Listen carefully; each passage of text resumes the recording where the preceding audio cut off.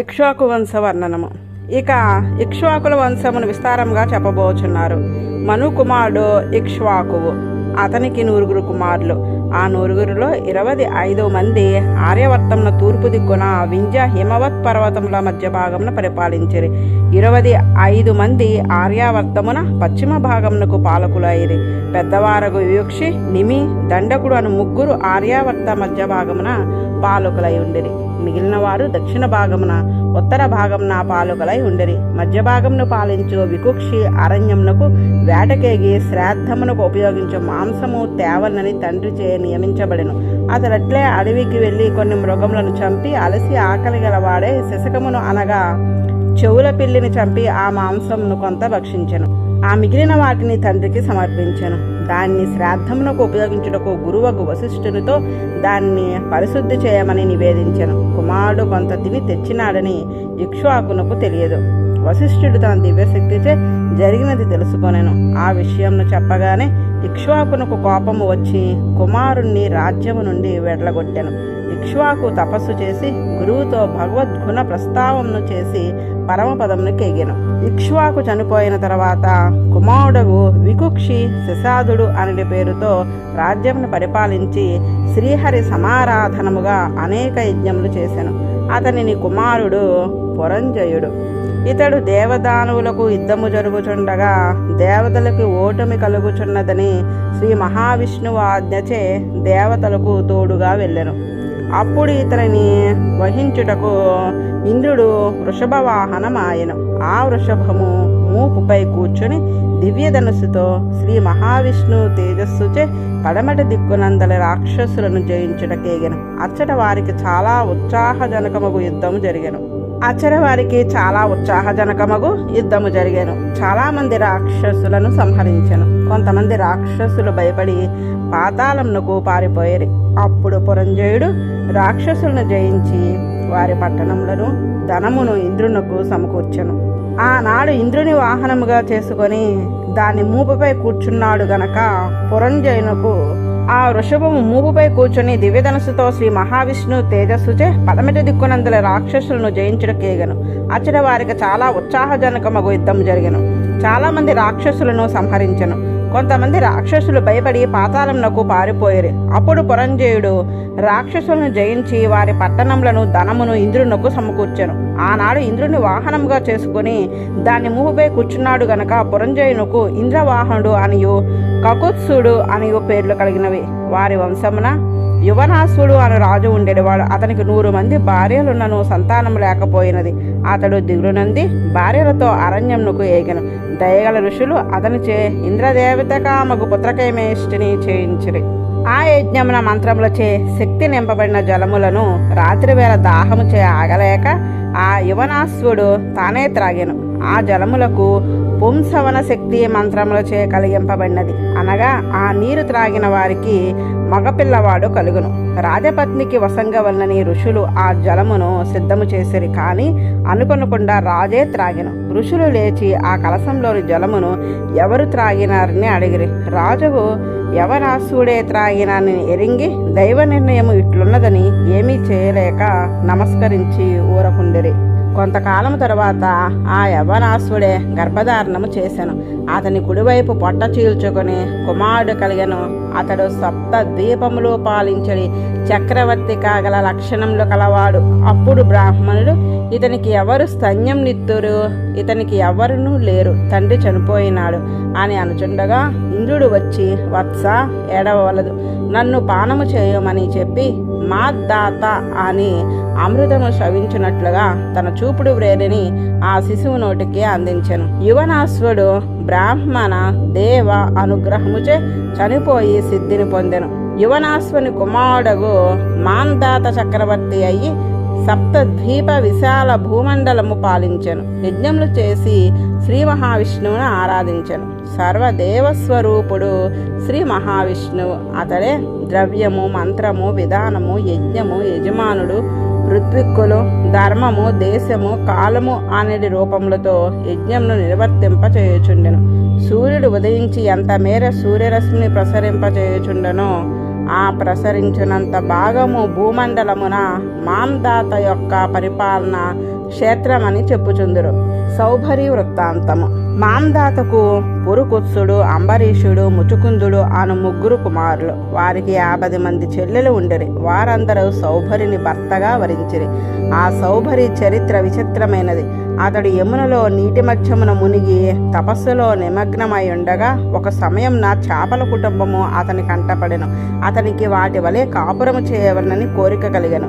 సౌభరి వచ్చి మాంధాతను అతని కుమార్తెలు 50 మందిలో ఒకతను తనకిమ్మని యాచించెను.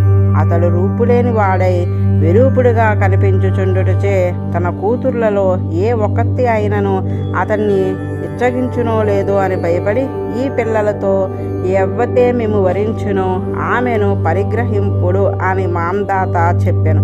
అప్పుడు ఆ సౌభరి, నేను ముసలివానిగా నున్నానని ఇతడిట్లు పలికినాడని గ్రహించి దేవతా స్త్రీలకు కూడా మనసు ఆకర్షించడు దివ్యరూపమును యోగబలముచే సాధించెను. కన్యాంతపురమునకు అతన్ని తీసుకుని వెళ్ళగా 50 మందియు ఆ సౌభరినే వివాహం ఆడవలనని కోరిరి. వారందరికీ కలహము కలిగెను. అతడు అందరినీ స్వీకరించెను. 50 మందితో యోగబలముచే బహురూపములతో బహు విధములుగా అతడు కాపురం చేసెను. యోగబలముచే సాధించిన సౌభరి ఐశ్వర్యమును చూచి మాంధాత తానే ఐశ్వర్యవంతుడన్న గర్వంన పరిత్యజించెను. సౌభరి అంతమంది స్త్రీలతో నానా విధములకు భోగములను అనుభవించుచున్నను అతని మనసు సంతృప్తి నొందలేదు. జ్ఞానము కలవాడు కనుక ఇట్లు ఆలోచించెను, అయ్యో ఎంత తపస్సు చేసి తిని యమునా జలములో పిల్లలతో సాగుచున్న చేపల జంటను చూచి ఆ సుఖము అనుభవించాలని నాకు కోరిక కలిగినది. విషయలోభముచే ఆ తపస్సు అంతయు భ్రష్టమైనది. విషయము అనుభవించుట కంటే కూడా ఆ విషయములను అనుభవించిన బాగుండును అని మనసులో కలిగడి కోరిక చాలా ప్రమాదమైనది. దాన్నే సంగమమందురు. మోక్షమునందు ఇచ్చగలవాడు దంపతులు అనుభవించు భోగములను భావించి మనసును దాని యందు లగ్నము చేయరాదు. ఇంద్రియములను బాహ్య విషయములపై పోనీయరాదు.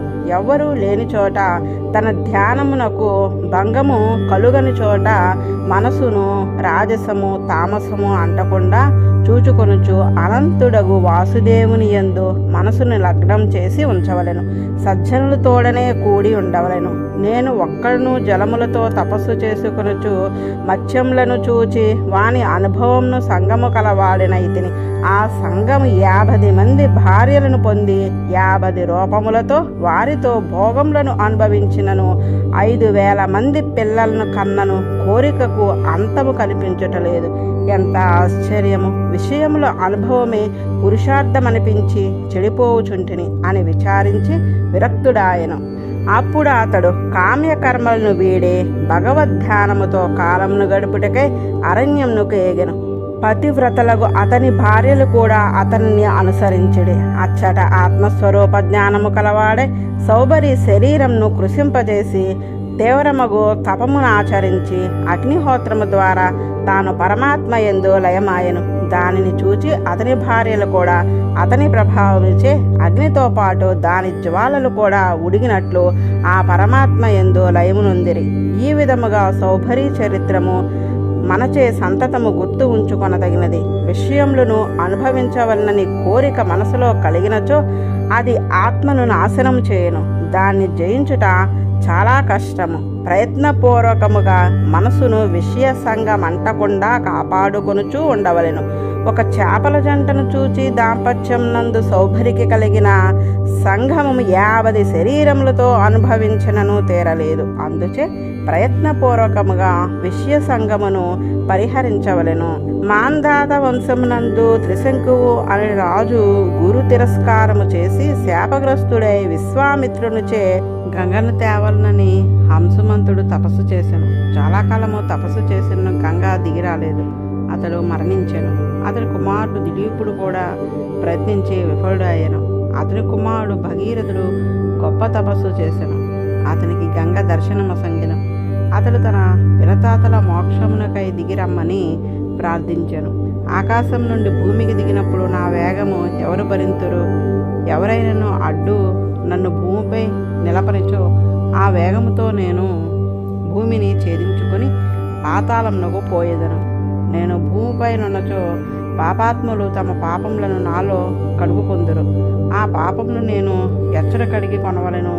అందుచే నేను భూమికి దిగిరానని పలికెను. అప్పుడు భగీరథుడు, అమ్మా, లోకమునంతను పవిత్రము చేయవారు బ్రహ్మనిష్ఠులు, ధర్మిష్ఠులు, శాంతులు అగు సన్యాసులు, సాధువులు నీ యందు స్నానము చేసి నీ పాపమును పోగొట్టగలరు. సాధువుల యందు శ్రీహరి నివసించి ఉండును. అతడే పాపములను హరించువాడు. ఎల్ల శరీరధారులకు రుద్రుడు ఆత్మ. అతని యందు ఈ విశ్వమంతయు పడుగు పేకవలే అల్లుకొని ఉన్నది. అతడు నిన్ను ధరింపగలడు అని చెప్పాను.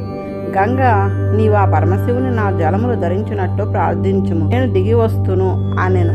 భగీరథుడు పరమశివుని గూర్చి తపస్సు చేశాను. అతడు ఆశుతోషుడు. అల్పకాలంలోనే అనుగ్రహించెను. భగీరథుడు చెప్పినట్లు సర్వలోకహితమును కాంక్షించు శివుడు శ్రీహరి పాదస్పర్శచే పవిత్రమైన జలములు గల గంగను తన జటామధ్యమును ధరించెను. దాని చేతనే అతడు శివుడు అయ్యను. లోకపావని గంగ శివ జటాజూటము నుండి వెలువడి భగీరథుని రథము వెంట పరుగులెత్తుచూ వచ్చి కపిల కోపాగ్ని దగ్ధులైన సగరపుత్రులను తడిపెను. ఆ జల స్పర్శ మాత్రముచే బ్రాహ్మణ అపచారముచే దగ్ధులైన సగరపుత్రులు స్వర్గమునకేగిరి. చూడుడు గంగ మహత్యమును. దహింపబడిన శరీర భస్మమునకు గంగాజలమును తగినంత మాత్రముచే వారు స్వర్గమునందిరి. ఈ శరీరముతోనే గంగాజలమును స్పృశించినచో ఉత్తమ గతులు కలుగుటకు సందేహం లేదు. ఇందులో ఆశ్చర్యమేమున్నది? శ్రీహరి చరణార విందరముల నుండి వెళ్ళినది కదా. ఆ చరణామృతము సంసారములోని జనులను పావనం చేయుటలో సందేహము లేదు. శ్రీహరి చరణపద్మములను శ్రద్ధతో మనసులో నిలిపినచో త్రిగుణాత్మకమగు శరీర సంబంధము వీడి భగవత్ సాయుధ్యము లభించును. ఇక శ్రీహరి చరణముల నుండి వెలువడిన గంగలో స్నానము చేసిన వారికి భగవత్ సాయుధ్యము కలుగుటలో సందేహము ఏమి? అతి పవిత్రమైన గంగని ఈ లోకమునకు తెచ్చి మహోపకారం చేసిన భగీరథుడు మనకు చిరస్మరణీయుడు. అందుకే అతని పేరుతో గంగను భాగీరథి అని వ్యవహరింతుడు. ఆ వంశంలోని వాడు ఋతుపర్ణుడు. అతడు నలునకు అక్ష విద్యను సంగి ఆశ్వ విద్య నొందినాడు. ఆ వంశంనే సౌదాసుడు జనించెను. అతని భార్య మదయంతి. అతడు ఒకనాడు వేటకేగి ఒక రాక్షసుని చంపెను. ఆ రాక్షసుని సోదరుడు తన సోదరుని చంపినాడని పగతో సౌదాసుని ఇంటిలో వంటవాడుగా చేరి మనుష్య మాంసము నుండి గురువు వశిష్ఠునకు పెట్టెను. వంటవాడు పెట్టినాడని భావింపక వశిష్ఠుడు ఆ అపచారణకు రాక్షసుడు కమ్మని సదాశౌని శపించెను. కానీ రాజునకు తెలియకుండా వంటవాడు చేసిన తప్పును తర్వాత గుర్తించి రాక్షసుడిగా 12 సంవత్సరములు మాత్రం ఉండినట్లు ఏర్పరచెను. అప్పుడు సౌదాసునికి కోపం వచ్చెను. తాను చేయని పాపమునకు తన్ను శపించినాడని గురువునకు ప్రతిశాపమొసంగవలనని దోసుల్లో నీరు గ్రహించి మంత్రించెను. భార్య మదయంతి గురువును శపించరాదని వారించెను. అతడు ఆ శాపజ్వరమును వదులుటకు ఎటువైపు చూచెను అంతటా జీవరాశి కనిపించుతూ ఉండుటచే వానిపై వదులుట తగదని ఆ జలమును తన పాదములపై పోసుకొని తానే ఆ శాపమును అనుభవించెను. గురువు శాపంతో రాక్షసుడైన అతని పాదములో కల్మషము కలవి అయ్యను. రాక్షసత్వమును పొంది అరణ్యంలో తిరుగుచు అడవిలో నివసించుచుండగా విప్రదంపతులను చూచెను. వారు సంభోగ సుఖమును అనుభవించుచుండెను.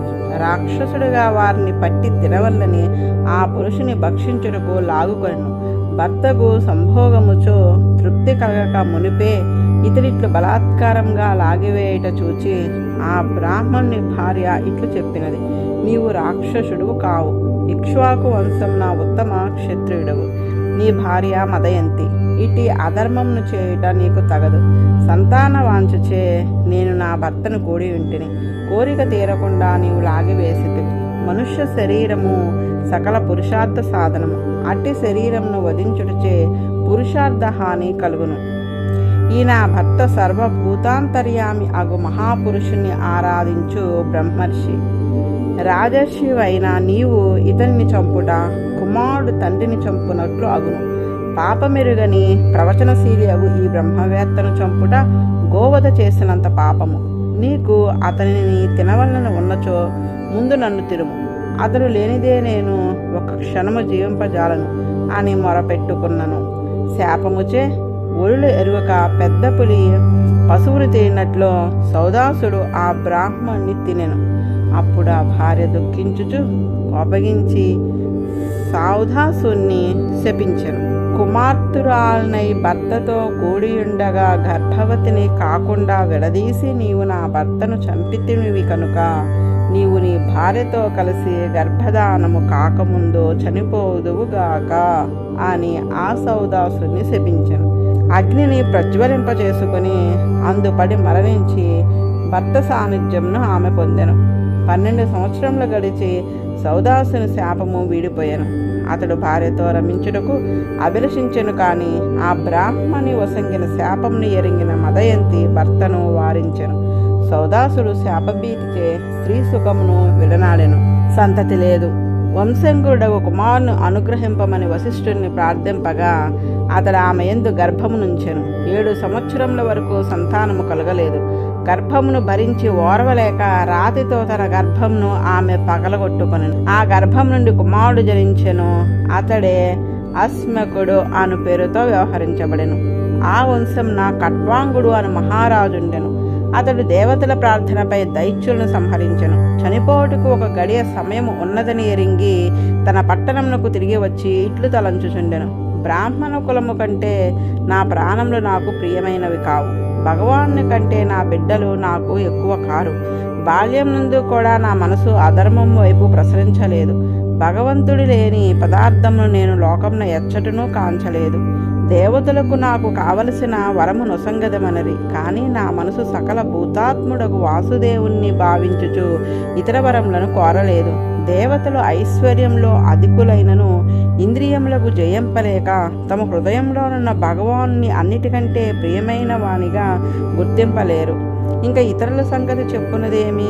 భగవన్ మాయా పరికల్పితములకు ఈ లోకములు ఈ శరీరములు అస్థిరములు. అందుకే వీని ఎందు సంగమమును వీడి భక్తితో సకల లోకబద్ధయకు భగవంతుణ్ణి శరణు పొందవలెను.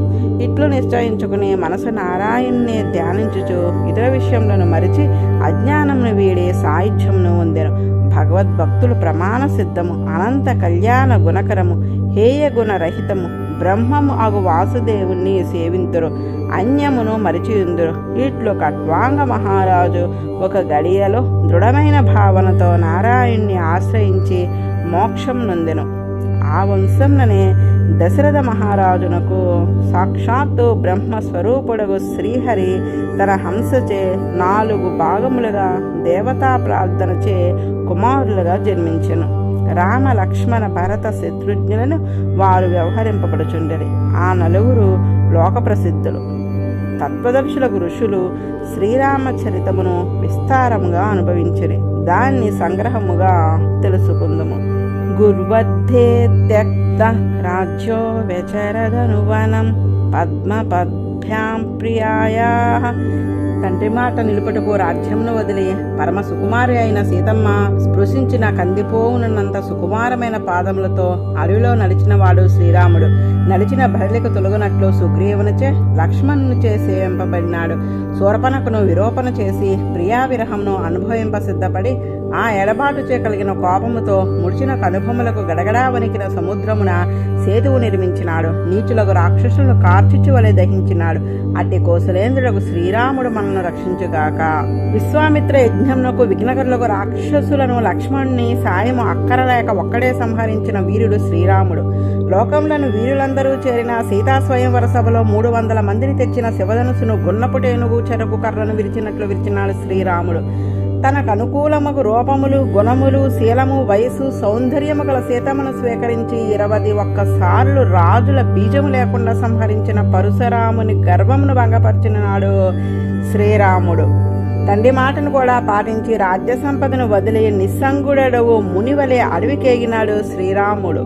దుష్టబుద్ధియగు శూర్పణఖ కర్ణ నాసికలను ఛేదించి ఆమె మాట చేతన్ని ఎదిరించిన కరదూషణ త్రిశరులు మొదలగు 14,000 మందిని కోదండమాత్ర సహాయుడై సంహరించిన మహావీరుడు శ్రీరాముడు. సీతాకథా శ్రవణముచే కామము ఉద్దీప్తమై రాముడు ప్రేరణ చేయగా మారీచుడు మాయామృగమై దండకారణ్యమునకు రాగా సంహరించిన నాడు శ్రీరాముడు. రాక్షసాధముడగు రావణుచే తాము ఆశ్రమంలో లేని సమయంలో సీత అపహరింపబడగా సోదరునితో కలిసి దీనుని వలె వనమును వెదికినాడు శ్రీరాముడు. దీనిచే స్త్రీయందు సంఘము దుఃఖములకు మూలమని స్వామి లోకములకు చూపినాడు. శ్రీరాముడు ప్రయోజనమునకై ప్రాణములను వదిలిన జటాయువునకు దహన సంస్కారములు చేసి మోక్షంను వసంగి కబంధుని మాటను అనుసరించి వానరులతో మైత్రి చేసుకుని బ్రహ్మ రుద్రాదులతో సేవించబడే పాద పద్మములు గల శ్రీరాముడు మనుజత్వమును నిరూపించుటకై వానరులతో కలిసి సీతాన్వేషణకే నడిచి సముద్ర తీరమును చేరెను. స్వామి కోపముచే చలించిన సముద్రుడు స్వరూపంతో ఎదురుగా వచ్చి ఇట్లు పలికెను, మేము జడబుద్ధులము, నీ రూపం ఎరుంగలేకపోతిమి. నీవు కూటస్థుడవగు ఆది పురుషుడవు, జగదీశుడవు. నేను స్వతంత్రుడినని భావించి తిని. నేనే కాదు, రజోగణముచే బ్రహ్మాదులు కూడా అహంకరించుకుందురు.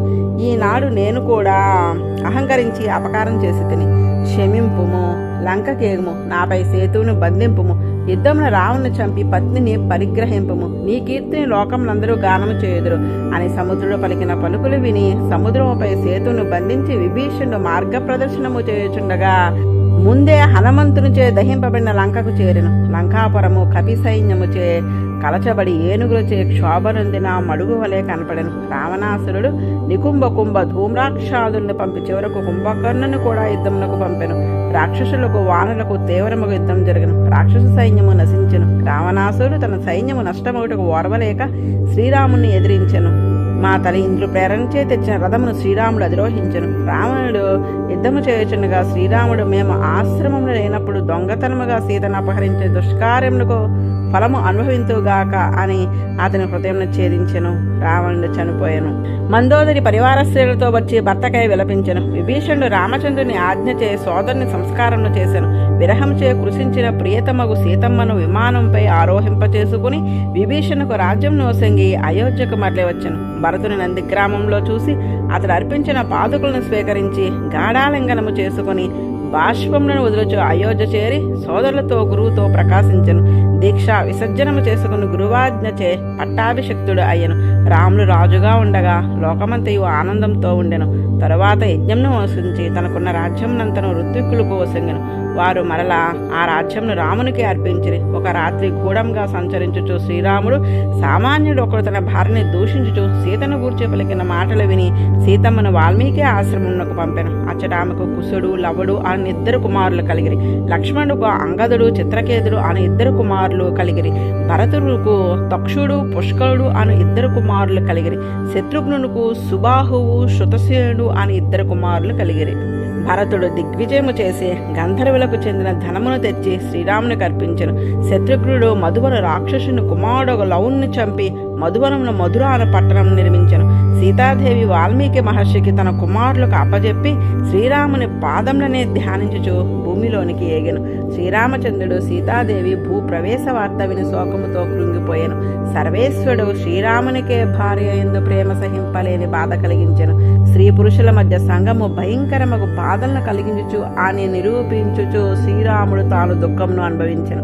తర్వాత సీతావియోగంతో బాధపడుచు కొన్ని వేల సంవత్సరములు రాముడు గడిపి పరమపదమునకు ఏగెను. దండకారణ్యంన కంటకములచే వేధించబడిన పాదములను స్మరించు వారి హృదయములలో ఎప్పటికీ నిక్షేపించి రాముడు తన దివ్యధామమునకు ఏగెను.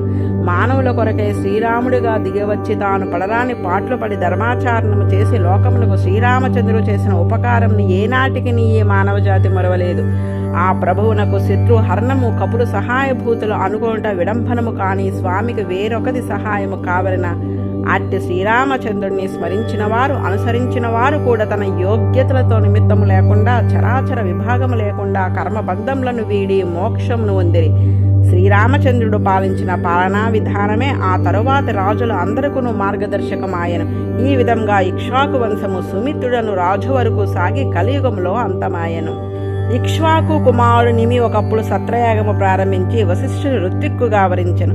అంతకంటే ముందుగానే ఇంద్రుడు వశిష్ఠుని ఋత్విక్కుగా వరించుడుచే ఇంద్రుని యాగము చేయించి వచ్చే వరకు నిరీక్షింపుము అని చెప్పి ఇంద్రుని యాగము పూర్తి చేయించెను. అంతలో నిమి జీవితము చంచలమైనది. వశిష్ఠుడు వచ్చే వరకు వేచి ఉండిన జీవించి ఇందునో లేదో అని మరికొందరు ఋత్విక్కులచే యజ్ఞము చేయించుకొనేను. నా ఆజ్ఞను మీరి నీవే తెలివైన వాడవని అహంకారంతో యజ్ఞము చేయించితివి కనుక నీ దేహము పోయి విదేహుడువు అవుదువుగాక అని వశిష్ఠుడు నిమిని శపించెను. నిమి కూడా గురువునకు ప్రతిశాపమిచ్చెను. ఆ ప్రతిశాపముచే వశిష్ఠుడు కూడా విదేహుడాయను. నిమి తన దేహమును వీడెను. వశిష్ఠుడు ఓర్వశిని చూచి రేతస్కలము జరిగిన మిత్రావణులకు కుమారుడుగా జన్మించెను. మునిశ్రేష్ఠుడు నిమి శరీరమును పరిమళ ద్రవ్యంలో చేర్చిన తైలంలో నుంచి సత్రయాగమునకు వచ్చిన దేవతలను మీరు అనుగ్రహించి ఈ నిమి యొక్క శరీరం మరలా జీవించినట్లు చేయము, ఈ దేహం మరలా జీవించుగాక అని ప్రార్థించిరి. కానీ నిమి మరలా దేహంతో ఉండుటకు అంగీకరించలేదు. దేహము ఎప్పుడైనాను వీడిపోనదే కనుక దానితో సంబంధముకు మునులు కాంక్షింపరు. శరీర సంబంధము దుఃఖమును మోహమును కలిగించుచున్నది, అట్టి దేహము నాకు వలదు అనెను. అప్పుడు దేవతలు నిమి దేహము లేని వాడే సూక్ష్మదేహంతో ఉండుగాక, రెప్పలు విప్పుడా ముడుచుటలో అతడు గుర్తింపబడునుగాక. ఆయన నిమికి దేహ సంబంధం లేకుండా చేసిరి. రాజులేక లోకము చెడునని మహర్షులు నిమి దేహమును మదించిరి. దాని నుండి కుమారుడు కలిగిన ఆ కుమారునకు విచిత్రంగా జన్మించినాడు కనుక జనకుడు అనియు, మదించుడిచే జన్మించినవాడు కనుక మిత్రుడు అనియు, జీవుడు లేని దేహం నుండి జన్మించినాడు కనుక విదేహుడు అనియు పేర్లు కలిగిన. అతడు నిర్మించిన పట్టణము మిథిలా అను పేరుతో వ్యవహరించబడను. ఈ విధముగా నిమి వంశం మహాజ్ఞానులతో సాగినది. వారందరూ గృహస్థులై ఉండి ఆధ్యాత్మిక విద్యయందు ఆరితేరిన వారై ఉండిరి. ఇంతవరకు సూర్యవంశము వర్ణింపబడినది. ఇంకా చంద్రవంశంను వర్ణించుచున్నారు. సహస్ర శిరసులు గల అనిరుద్ధ రూపియగు పరమపురుషుని నాభియందు జగత్పద్మము ఆవిర్భవించినది. దాని యందు చతుర్ముఖుడు ఆవిర్భవించెను. అతని కుమారుడు అత్రి. ఆ అత్రి నేత్రముల నుండి చంద్రుడు జన్మించినాడు. అతనికి విప్రులపై, ఓషధులపై, నీటిలో పుట్టు పుష్పములపై ఆధిపత్యము కల్పించబడెను. ఆ సోముడు 3 లోకములను జయించి రాజసూయమును చేసి దర్పంతో బృహస్పతి భార్య తాను బలాత్కారంగా హరించెను. దేవగురువు సోముని తన భార్య తనకు వసంగమని చాలాసార్లు ప్రార్థించెను. కానీ సోముడు తాను వదలలేదు. దానితో దేవతలకు దానులకు వైరం ఏర్పడెను. బృహస్పతి పైనున్న పగచే శుక్రాచార్యుడు సోమిని పక్షము వహించెను. ఇంద్రుడు దేవగుణములతో గురువును ఆశ్రయించెను. అప్పుడు దేవాసురులకు తార కారణముగా యుద్ధము జరిగెను. అప్పుడు అంగీరసులు ప్రార్థింపగా బ్రహ్మ తారను మరలా బృహస్పతి కొసంగమని సోమునికి చెప్పెను. కానీ ఆ సమయమునకు తార గర్భవతి అయి ఉన్నది. అప్పుడు బృహస్పతి గర్భమును విడిచి రమ్మనెను. సిగ్గుపడి సంతానమును వదిలివేశాను. కానీ ఆ కుమారుని సోముడు బృహస్పతి కూడా తమ తమ కుమారునిగా అభిమానించి వివాదపడిరి. ఋషులు ఆ కుమారుడు ఎవరికి చెందినాడో చెప్పమని ఆమెను కోరిరి. ఆమె సిగ్గుచే చెప్పజాలకపోయాను. కుమారుడు కూడా నేను ఎవరి కుమారుడు అని తల్లిని అడిగాను. ఆమె సిగ్గుచే చెప్పక ఊరకుండెను. బ్రహ్మ రహస్యంగా ఆమెను పిలిచి ఓదార్చి కుమారుడు ఎవరికి చెందినవాడో చెప్పమను. ఆమె మెల్లగా చంద్రునికే చెందినవాడని చెప్పాను. అప్పుడు చంద్రుడు ఆ కుమారుని స్వీకరించెను. బ్రహ్మవానికి బుధుడు అని నామకరణం చేశాను. బుధునకు ఇలా అను భార్య ఎందు పురూరవుడు జన్మించెను. ఆ పురూరువుని రూపమును గుణములను విని ఓర్వశి దేవలోకం నుండి వచ్చి పురూరువుని చేరెను. మిత్రావరుణుల శాపముచే ఆమె మనుష్య భావమును చెందెను. పురూరువుడు ఆమెను చూచి సౌందర్యమునకు పరవశించి స్వాగతము, నాతో కలిసి ఉండుము, శాశ్వతముగా ఆనందమును అనుభవింతుము, నీ వంటి సౌందర్య రాశిని చూచి ఎవరి మనసు దృష్టి ఆకర్షించబడవు అనెను. అప్పుడు ఓర్వశి, సుందర, నీ రూపమును చూసి ఎవరు వేరొక రూపమును కాంక్షింపగలరు? ఈ 2 పొట్టేళ్లను నేను పుత్రులతో సమానంగా ప్రేమించుచున్నాను. వీరిని నీ వద్ద న్యాసంగా ఉంచెదను. వాణ్ణి నీవు కాపాడుచుండవలను. వీరిని నీవు కాపాడుచున్నంత కాలము నీతో నేను రమించుచుందును. నీ వెన్నుడుకు నగ్నంగా నా కంటపడరాదు. నగ్నంగా నా కంటపడినచో నిన్ను వదిలి వెళ్ళెదను. ఇట్లు చెప్పిన మాటలను సమ్మతించి పురూరువుడు ఆమెతో కలిసి ఆనందించుచుండెను. దేవలోకం నుండి దిగి వచ్చి మనుజ రూపంలో పురూరునితో ఆమె వ్యవహరించుచుండెను. ఆనందంతో చాలా సంవత్సరములు గడిచెను. ఇంద్రుడు భూలోకం నుండి ఊర్వశిని తెచ్చుటకు గంధర్వులను పంపెను. ఊర్వశి లేని దేవసభ శోభించట్లేదని ఎటులైన ఊర్వశిని తేవలని గంధర్వులను ఆజ్ఞాపింపగా వారు గాఢాంధకారము ఆవరించిన ఒక అర్ధరాత్రి సమయంలో వచ్చి పురూరువుని వద్ద ఊర్వశి న్యాసముగా ఉంచిన పొట్టేలు 2 మాయతో అపహరించని. పొట్టేలు అరిచినవి. ఆ అరుపును విని ఊర్వశి, వీరుడు అనుకొనుచున్న నపుంసకుడగు ఈ నాథునిచే నేను మోసపోతిని, ఇతని నమ్మి నేను చెడిపోతిని. రాత్రివేళ భయపడి బయలువెడలలేక పరుండిన ఈ పిరికి పంద నా బిడ్డలను కాపాడలేకపోయినాడు. నన్ను విడిచిపెట్టము, నన్ను స్పృశించకము అని ఊర్వశి పలికిన పలుకులు ములుకులు వలె సోకగా ఆమెతో భోగము అనుభవించుచున్న పురూరువుడు అర్ధరాత్రమున వస్త్రము లేదని గుర్తింపక కోపంతో వెలుపలికి వచ్చెను. అతడు కత్తి పట్టుకుని వెలుపలకు రాగానే ఆమె కూడా వెలుపలికి వచ్చెను. మెరుపు మెరిసెను. నగ్నముగా ఉన్న పురూరువుని చూచెను. గంధర్వులు పొట్టేళ్లను వదిలిపోయేరి. ఊర్వశి అంతర్ధానమయ్యను. పురూరువుడు ఆమెను కానక విరహశోకముతో అడుగుల పడి పరుగులెత్తాను. అప్పుడు ఊర్వశి అతనితో ఇట్లు పలికెను, నీవు ప్రతిజ్ఞ నిలుపుకొనలేకపోతేవి. ధైర్యంతో ఉండుము. స్త్రీలతో చెలిమి అస్థిరము. తోడేలతో చెలిమి చేసుకొను సంతతము వాని వలన కలుగు ఉపద్రవమును శంకించుచునే ఉండునట్లు స్త్రీలతో మెలగవలెను. స్త్రీలకు జాలి ఉండదు. వారి స్వభావము క్రూరము, క్షమాగుణము తక్కువ, సాహసమైన కార్యములకు జంకరు.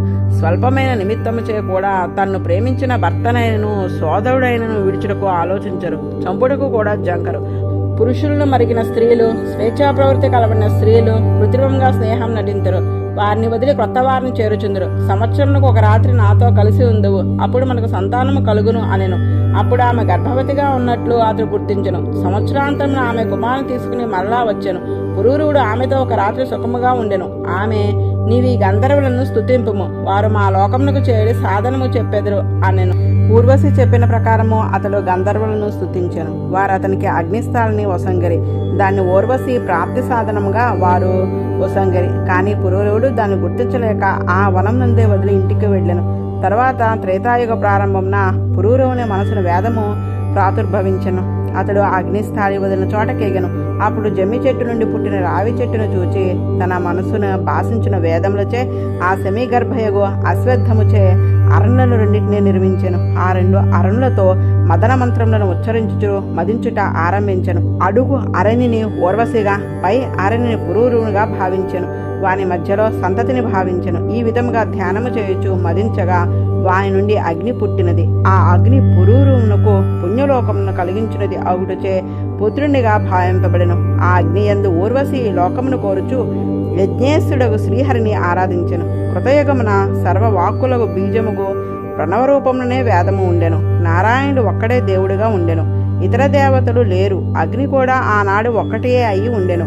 ఈ లోకంలో వర్ణము కూడా ఒక్కటియే ఉండును. త్రేతాయుగమున పురూరువునిచే 3 వేదములు ఆవిర్భవించెను. అప్పుడు పురూరువుడు కర్మ మార్గమును లోకమున ప్రకటించెను.